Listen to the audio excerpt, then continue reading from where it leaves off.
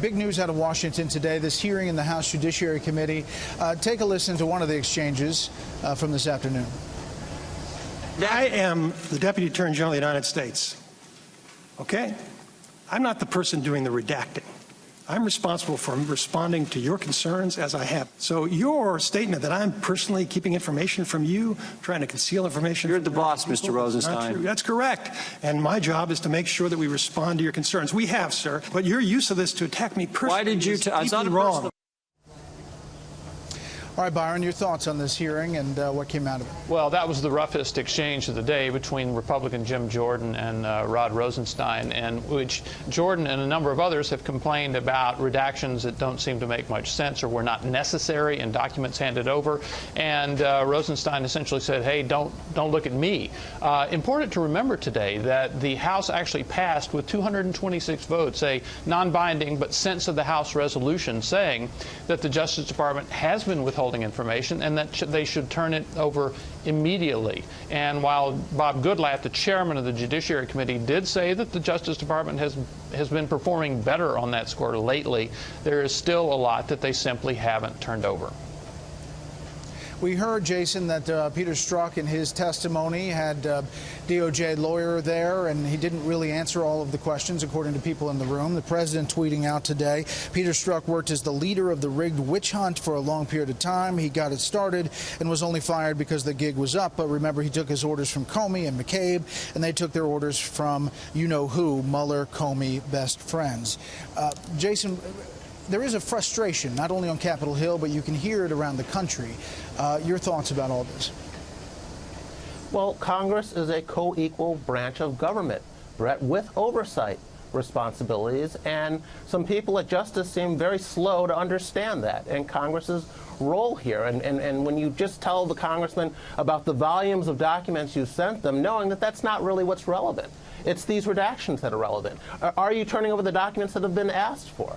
And they're not. And there's very much a frustration among Republicans that Rod Rosenstein has not reined in this investigation, this Mueller investigation, and kept Mueller on track and made sure that he's doing what he was asked to do and not going astray on fishing expeditions. So, yes, there is a lot of frustration here.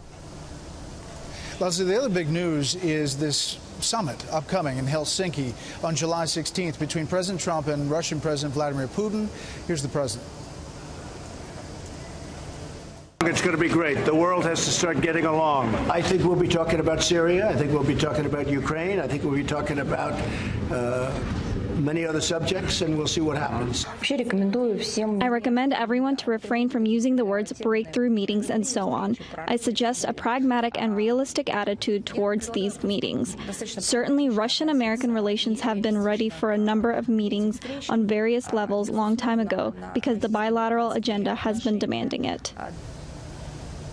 Leslie, there are some people that really have a problem with the meeting at all, this summit, but this really set people off. The president tweeting, Russia continues to say they had nothing to do with meddling in our election. Where is the DNC server? Why didn't shady James Comey and now the disgraced FBI agent take and closely examine it? Why isn't Hillary Russia being looked at? So many questions, so much corruption.